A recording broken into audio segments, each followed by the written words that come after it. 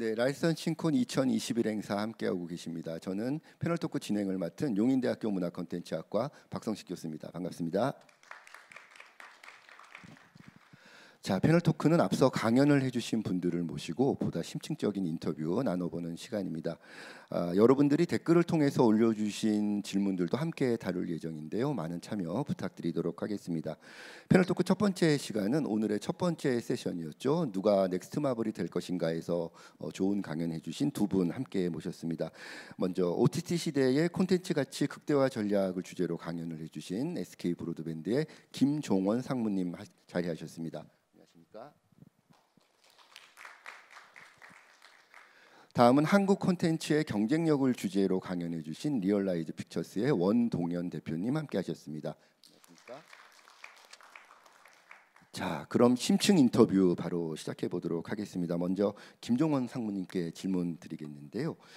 다양한 OTT 플랫폼들이 오리지널 콘텐츠 제작을 위해서 대규모 제작비 투자를 실행하고 있습니다.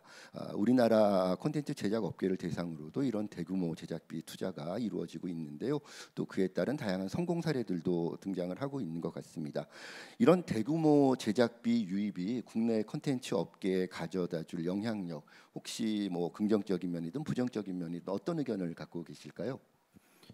예. 그 넷플릭스가 2016년에 이제 출시가 될 때 이제 그때 언론 그 기사 중에 이런 게 있었어요. 넷플릭스가 과연 한국에서 성공하겠냐. 이제 그 이유가 미국의 컨텐츠만으로는 그러니까 이제 뭐 당시에는 한 1년 정도는 컨텐츠가 되게 양이 작았었는데 이거는 성공하기 어렵다 뭐 이런 이제 기사가 있고 불과 이제 한 1년 2년 되고 이제 옥자라는 이제 봉준호 감독의 영화가 있었고요. 그리고 이제 미스터 선샤인을 아마 여러분들이 기억을 하실 텐데 그 미스터 선샤인이라는 작품은 TVN에서 이제 방영이 됐잖아요. 그러니까 그 유형의 오리지널은 일종의 이제 CJ TVN 채널의 방영권을 인정을 하면서 오리지널로 키운 거거든요. 근데 당시는 넷플릭스가 크기 전이기 때문에 일반 시청자는 채널을 통해서 이제 그거를 이제 보게 됐고 또 그 넷플릭스를 보는 이제 유저들도 이제 증가를 이제 했었는데 이제 그러면서 오리지널의 유형이 되게 다양화된 것 같거든요. 그러니까 방영권을 인정한 형태의 오리지널이 있고 이제 오징어 게임처럼 아예 이제 완전히 그 넷플릭스 OTT 온 오리지널이 있는 거죠. 그리고 뭐 시리즈도 있고 영화도 있고 이렇게 다양하게 되어 있는데 아까 우리 원동경 대표님께서 그런 말씀하셨는데 국내에 그 양궁이 예선전이 결국은 이제 글로벌 대회다 이렇게 얘기를 했는데 한국의 그런 어떤 그 넷플릭스로 인하여 그런 대작 드라마가 만들어질 수 있는 것 그래서 이제 창작자들이 시도해보지 못했던 것들을 다양하게 시도할 수 있었던 것 그것이 결국은 가장 긍정적인 요소였던 것 같고 그것들로 인해서 예선전을 굉장히 여러 번 치른 것만큼 어떤 제작사들이 발굴되었다라는 부분들이 있는 것 같고요. 또 하나 사실 오징어 게임은 방송 쪽에서 시각에서 보면 영화 쪽에 있는 분들의 밸류 체인이 넘어와서 만든 거거든요. 그래서 이제 그건 이제 팬데믹 때문에 영향도 좀 있었겠지만 영화 산업과 방송 산업이 원래는 약간 밥그릇이 조금 달랐는데 이게 거의 크로스오버가 된 형태인 거죠. 그러니까 굉장히 창작자 생태계가 활성화되었다. 그리고 선진화되었다. 또 이로 인해서 제작비가 상승되었다. 뭐 이런 것들이 긍정적인 요인인 것 같고 다만 아까 말씀드렸지만 이제 IP 귀속의 문제나 여전히 그리고 대형 제작사의 중심으로 그러니까 모든 낙수 효과가 다양하게 이루어지기에는 아직은 조금 이른 형태가 있는 것 같다라는 부분에서 이러한 특히 이제 IP 귀속의 문제 이러한 부분들은 약간 좀 우려의 부분으로 조금 남아 있는 것 같습니다. 네, 생태계 활성화에 긍정적인 그런 측면이 있었던 반면에 또 이런 그 시스템적인 측면에서 몇몇 독점의 흐름들이라든가 이런 측면들은 앞으로 개선돼야 될 사항이 아닐까라는 답변이셨던 것 같습니다. 다음은 원동현 대표님께 질문 드리겠는데요. 앞선 강연을 통해서 우리 콘텐츠들이 세계적인 경쟁력을 갖출 수 있는 다양한 전략들에 대해서 말씀을 해주셨습니다. 이와 관련해서 가장 한국적인 것으로 경쟁하는 것이 가장 세계적인 것이다라는 명제도 최근에 화면에 강조되고 있는 것 같은데요. 세계적일 수 있는 한국적인 것 어떤 것이고 또 그것을 구현할 수 있는 방법론은 무엇일지 의견 여쭙겠습니다. 제가 컨텐츠 비즈니스를 처음 시작하는 그 90년대 초반만 해도 그 한국적인 건 그냥 한국적인 거였습니다. 근데 우리가 괜히 막 하는 말로 한국적인 게 세계적인 거라고 얘기했는데 그때는 진짜 한국적인 건 그냥 한국 사람들만의 문제였는데 저는 아까 제가 한국 컨텐츠의 경쟁력을 말씀드리면서 조국의 민주화에 대한 얘기를 우리나라가 되게 민주화된 나라다라는 것과 또는 지금 국력의 성장을 저는 굉장히 큰 요인으로 보고 있습니다. 인젠 지금 여러분들이 보시는 기생충이나 기생충은 약간 그 빈곤의 문제가 한 개인의 문제가 아니라 사회 전반적인 시스템도 관심을 갖고 들여다봐야 되는 문제다라는 거를 주제로 삼고 있고 그 오징어 게임 같은 것도 소외의 문제, 양극화의 문제 그런 것들을 이제 그게 지금은 한국의 상황을 빗대서 그 이야기를 만들었지만 그게 글로벌 스탠다드로 이제 생각되고 있다라는 겁니다. 그래서 나는 지금 이쪽 비즈니스에 관심 있는 후배들에게 얘기하는 게 너희들이 지금 의식적으로 그 세계적으로 소구될 수 있는 아이템을 찾으려고 하지 말아라. 그냥 지금 니네가 고민하는 게 세계 글로벌 스탠다드다. 그러니까 지금 저희 후배들은 되게 좋은 거라고 생각. 저희는 막 우리가 해외에 어떻게 하면 이야기가 먹힐까? 어떻게 하면 다른 문화와 다른 배경을 가진 사람들이 고민하는 거를 우리가 같이 공유할 수 있을까에 대한 고민을 했다면 나는 지금 그 젊은 우리 후배들에게는 그냥 네 고민이 글로벌 고민이다.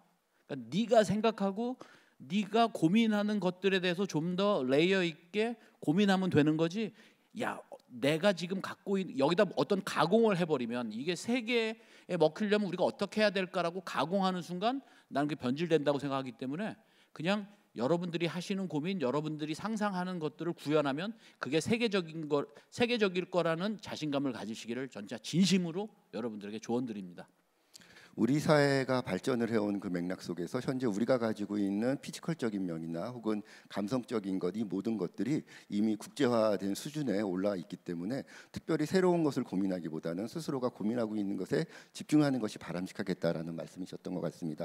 좋은 말씀 감사드리겠고요. 다시 김종원 상무님께 질문 드릴 텐데요. 최근에 애플 TV 플러스가 SK 브로드밴드를 통해서 국내 서비스를 시작했습니다. 그리고 이 서비스는 SK 브로드밴드의 IPTV 플랫폼인 BTV를 통해서 진행이 되고 있는데요. 이 경우에 기대하시고 계신 효과가 있으시다면 어떤 것일까요? 요즘 이제 유튜브나 팟캐스트나 이런 데서 어떤 영화나 이런 거를 소개할 때 이제 이거 어디서 보면 돼요?라고 이제 그 진행자가 물어보면 이거 왓챠에서 볼 수 있어요. 넷플릭스에서 볼 수 이렇게 얘기하거든요. 이게 사실은 한 10년, 15년 전 이렇게 돌아가 보면 지상파에서 볼 수 있어요. 이제 이런 시절.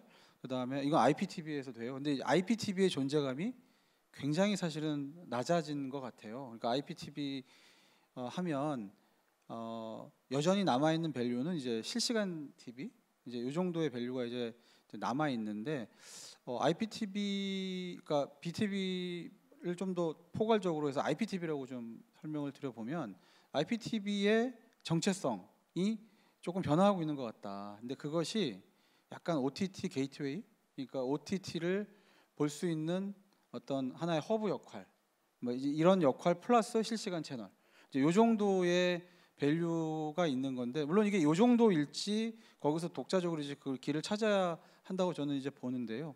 그런 의미에서 이제 애플 TV 플러스의 제휴는 애플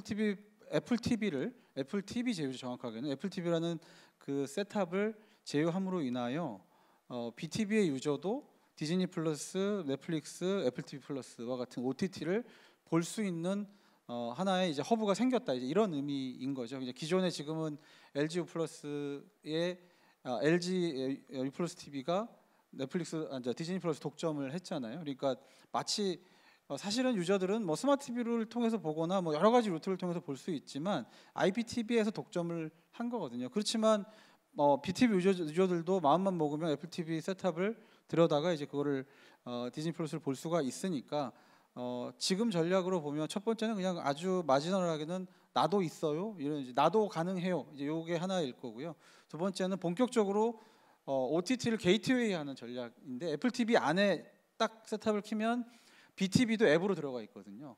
사실은 그거는 굉장히 다른 전략이잖아요. 그러니까 유저가 BTV 실시간을 들어가기 위해서는 앱을 통해서 들어가고, 만달로리안 보려면 디즈니 플러스 앱을 통해서 들어가고, 이제 이런 게이트웨이인 건데, 저는 그게 IPTV의 일종의 또 다른 어떤 진화의 모습이라고 봅니다. 이게 긍정적으로 볼 수도 있고, 아니면 굉장히 업력이 위축된다 이렇게 해석할 수도 있는데, 거기서 이제 독자적인 방법론을 좀 찾아야 되겠지만, 그러한 어떤 IPTV의 이제 변신의 과정이다, 이렇게 좀 이해해 주시면 좋을 것 같습니다.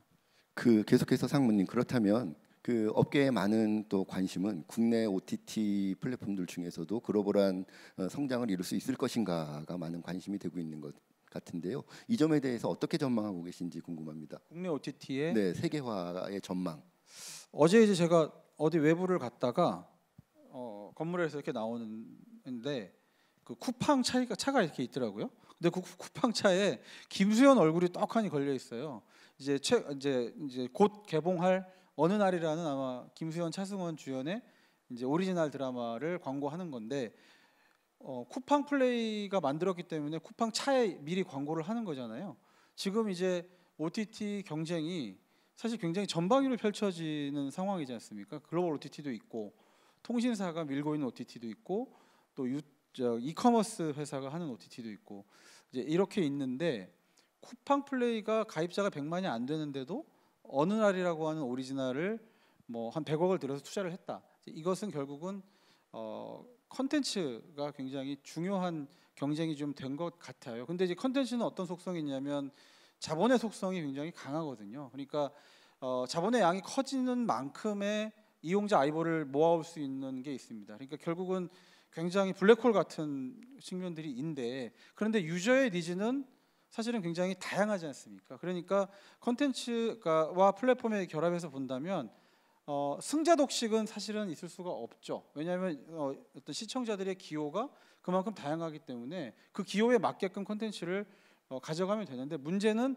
승자 독식은 없으나 빅2, 빅3 안에 드느냐 아니면 작은 사업자로 남아 있느냐, 이러한 이제 경쟁들인데, 토종 OTT들이 결국은 그 빅3, 빅4 안에 들어갈 수 있으려면 첫 번째는 컨텐츠 차별화가 굉장히 필요한 것 같고, 올해 웨이브나 TV, 쿠팡 플레이가 올 한 해에만 그래도 몇 천억 정도, 그러니까 굉장히 오리지널의 양을 늘려가고 있습니다. 그래서 이렇게 컨텐츠의 힘을 키우면서, 또 하나는 아까도 설명드렸지만 TV처럼 글로벌로 나가는 전략들을 좀 과감하게 펼쳐내는 뭐 이런 것들이 굉장히 필요할 것 같은 상황이고요. 그런 이제 컨텐츠와 글로벌 이 두 가지 축에 대한 전략적 좀 고민이 좀 필요할 것 같습니다.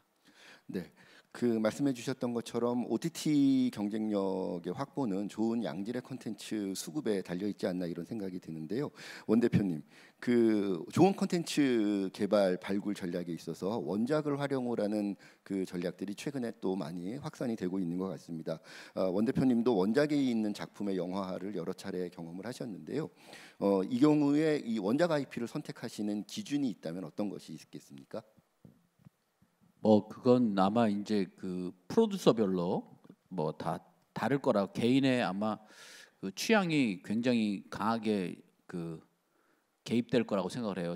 저는 이제 50대 중반의 아저씨기 때문에 일단은 로맨틱 장르는 저는 이게 가슴이 지금 떨리지를 않아서, 그래서 저희 회사에서 우리 그 동료 PD들도 로맨틱 장르에 대해서는 자기들끼리 결정을 해요. 그냥 저는 대상 자체가 아니에요.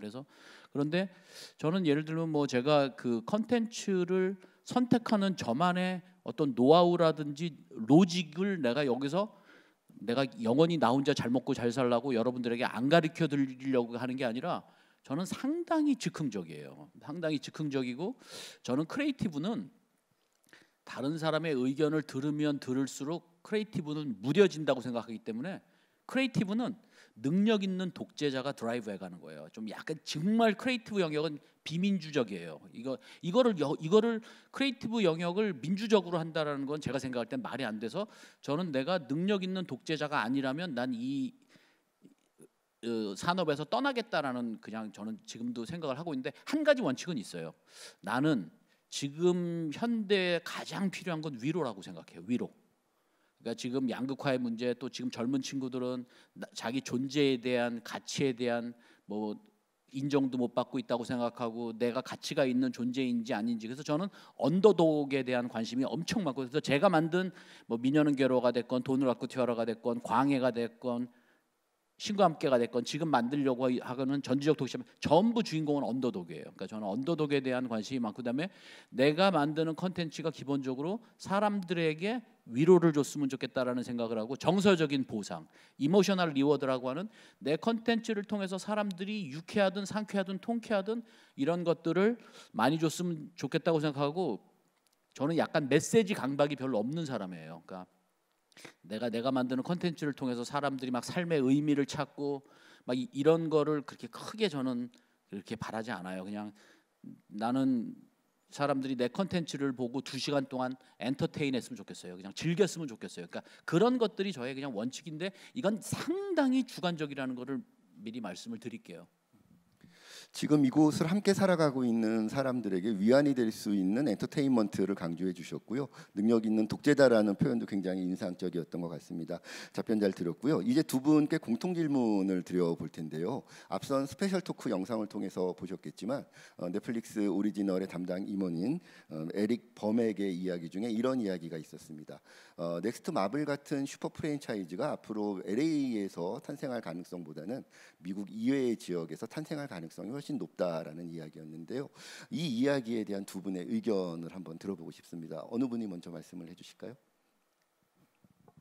저는 뭐 무조건 전지적 독자 시점이 세계적인 프랜차이즈로 저는 성장할 거라고 믿어 의심치 않습니다. 저는 전지적 독자 시점을 제가 해서 드리는 말씀이라고 뭐 생각을 하시겠지만, 뭐 상당 부분 그것도 맞지만, 저는 어쨌든 제가 이 스토리 비즈니스에 들어온 선배의 입장으로서 내가 전지적 독자 시점으로 정말 프랜차이즈의 세계의 최고봉을 한번 찍겠다라고 하고 정말 멋있게 은퇴하고 싶습니다. 네, 상무님. 질문이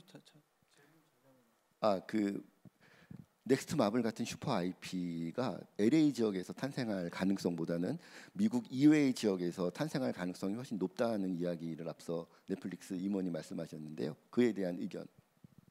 예, 그거는 아까 그 원동현 대표님 강의 중에 DP 얘기를 이제 하셨는데, 그런 어떤 이유처럼, 그러니까 한국적인 것이 어떤 고전적인 측면이 아니라 한국에 있는 소재들, 이것과 이제 글로벌하게 통할 수 있는 어떤 장르적 표현의 결합, 뭐 이런 것들인 것 같고, 현재 지금 인기를 끌고 있는 것들이 좀 그런 이제 부분들인 것 같고요. 다만 이제 이것이 시스템화되고 체계화될 필요는 있겠다라는 부분인데, 아까 이제 그 해외 토론하신 분들 중에 이제 그 와패드 스튜디오에 있는 분하고 다른 한 분은 보니까 이제 제작사이지만 IP를 아까 이제 되게 부러웠다고 생각했던 거는 일본의 게임 IP를 샀다라고 표현을 했는데, 사실 대규모 투자 없이를 그렇게 IP를 사기는 쉽지는 않거든요. 그러니까 IP를 그렇게 먼저 사놓고 비즈니스를 할 수 있는 것들은 이미 시스템이 체계화돼 있다라는 이제 부분들인데, 아까 원동현 대표님 마지막 말씀 중에서 비즈니스 쪽이 이제 IP 쪽으로 들어오고 있다 이렇게 표현을 했는데요. 조금 그 생태계가 좀 체계화될 필요가 있겠다라는 거고요.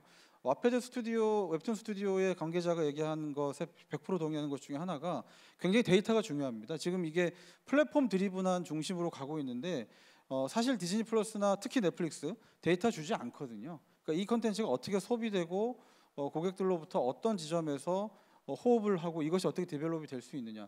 그 웹소설 플랫폼에서 이슬람 로맨스 소설이 된다라고 발견을 한 것은 그들이 데이터를 가공하고 분석했기 때문인데요. 결국 그렇다면 플랫폼이 그 데이터를 주지 않을 때 우리가 그럼 이 데이터를 어떻게 만들어낼 것이냐가, 아마 저는 이제 문화부나 컨디션이나 이런 어떤 정부 기관에서도 이러한 데이터 인프라, 영진이나 이런 데는 이미 이제 그런 인프라들이 있는데, 이 OTT의 데이터 인프라를 제작사들에게 피딩해 줄 수 있는 것들이 필요하다라는 생각이 좀 들거든요. 그래서 그런 것들을 통해서 슈퍼 IP라는 것이 그냥 어떤 일회성에 의해서 나오는 것이 아니라 시스템과 어떤 축적된 어떤 비즈니스의 생태계, 이걸로 좀 나와야 된다라는 측면에서는 그런 노력들이 좀 필요할 것 같습니다.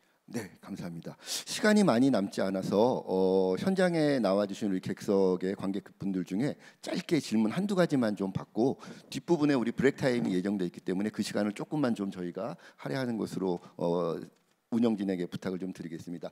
질문 있으신 분들은 손을 들어서 질문해 주시면 저희 마이크가 찾아가도록 하겠습니다. 손 들어서 질문해 주시기 바랍니다.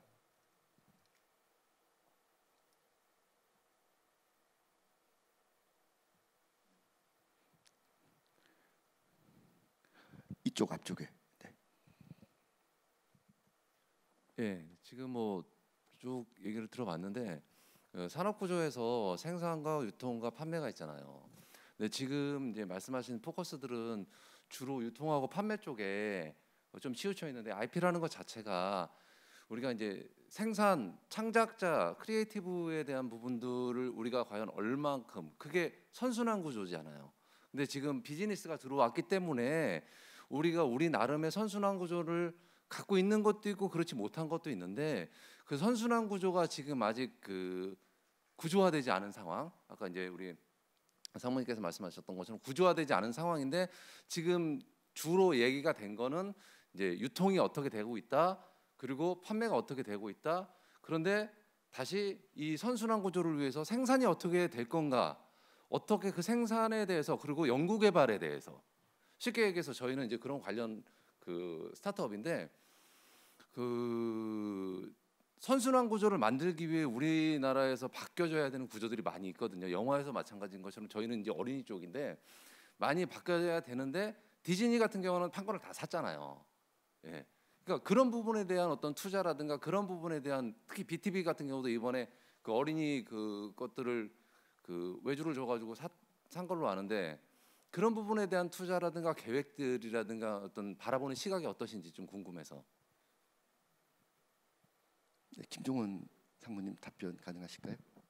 그러니까 질문의 요지가 창작자, 그러니까 예, 그 앞에 생산자, 예, 선순환 구조 창작과 제작 단계에 대한 투자 계획이라든가 비전 질문이신 것 그 같습니다. 부분은 아까 이제 그 네이버 사례, 그러니까 지금 아까 그 외국 분도 얘기하셨고 제가 얘기한 것도 뭐냐면 그 창작자 생태계가 지금 특히 이제 한국의 경우 웹툰이나 웹소설 그리고 요즘 최근에는 뭐 중학생들이 작가로 나서고 있는 뭐 채팅 소설 뭐 이런 형태의 창작자 생태계의 어떤 밑바닥에 어떤 이 플랫폼화는 굉장히 활성화되어 있는 것 같아요. 그리고 그것을 네이버가 뭐 그 웹툰 쪽, 그 다음에 문피아와 같은 또 웹소설 뭐 이런 것들을 인수하면서 대형화되는 흐름이 하나가 있는 것 같고요. 그것이 다시 CJ 스튜디오 드래곤에 네이버가 지분 투자를 하면서 IP를 쉐어하거나 뭐 이런 어떤 움직이들로 대형 회사의 생태계 안에서는 IP에 대한 독자적인 그러니까 아예 얼리 스테이지부터 매집을 하는 거잖아요. 그러니까 웹툰에서 만들어지고 그것을 다시 영화화하면서 계약 구조 만들고 이제 이런 부분들이고, 두 번째 케이스는 이제 그 다음에 이제 세컨 레이어로 내려와서 자발적으로 만들어지는 IP에 대해서 어떻게 이제 그 부분에 대한 투자와 이런 것들이 이루어지느냐에 대한 문제인 것 같고요. 아까 이제 BTV 사례에서 보던 것처럼, 그리고 이제 KT의 시즌이나 이렇게 약간 직접적인 플랫폼을 가지고 있지 않은 데에도 IP를 직접 획득하기 위한 어떤 창작자 그룹들을 획득하기 위한 이런 움직임들은 꽤 체계적으로 현재 일어나고 있는 과정이라고 좀 볼 수 있습니다. 근데 말씀하셨던 것처럼 워낙 그게 역동적이잖아요. 그러니까 창작 아예 생산의 어떤 생태계로 본다고 하면은 워낙 버라이어티하고 이런 다양성이 있는 거이기 때문에 무엇보다 성공 사례를 좀 만들어내는 게 굉장히 좀 필요한 것 같고요. 그래야지 이게 산업화로 가는 어떤 구조이기 때문에 그런 움직임들은 다양하게 일어나고 있다, 이렇게 설명드릴 수 있을 것 같습니다. 네, 질문과 답변 감사드리겠습니다. 자, 패널 토크 첫 번째 시간이었고요. 넥스트 마블이 등장을 할 수 있는 조건에 대해서 이야기 나눠봤습니다. 불과 한두 해 전만 하더라도 상상하기 어려웠던 엄청난 성과들이 우리나라 콘텐츠 IP 비즈니스를 통해서 등장하고 있습니다. 당장 기대할 수 있는 건 아니겠지만 언젠가 넥스트 마블 같은 슈퍼 IP가 우리나라에서 등장을 할 수 있지 않을까 하는 기대와 상상을 해볼 수 있는 시간이었던 것 같습니다. 오늘 좋은 시간, 좋은 말씀 나눠주신 두 분께 다시 한번 감사드리겠고요. 저는 두 번째 세션이 끝나고 진행되는 패널 토크에서 다시 찾아뵙도록 하겠습니다. 감사합니다.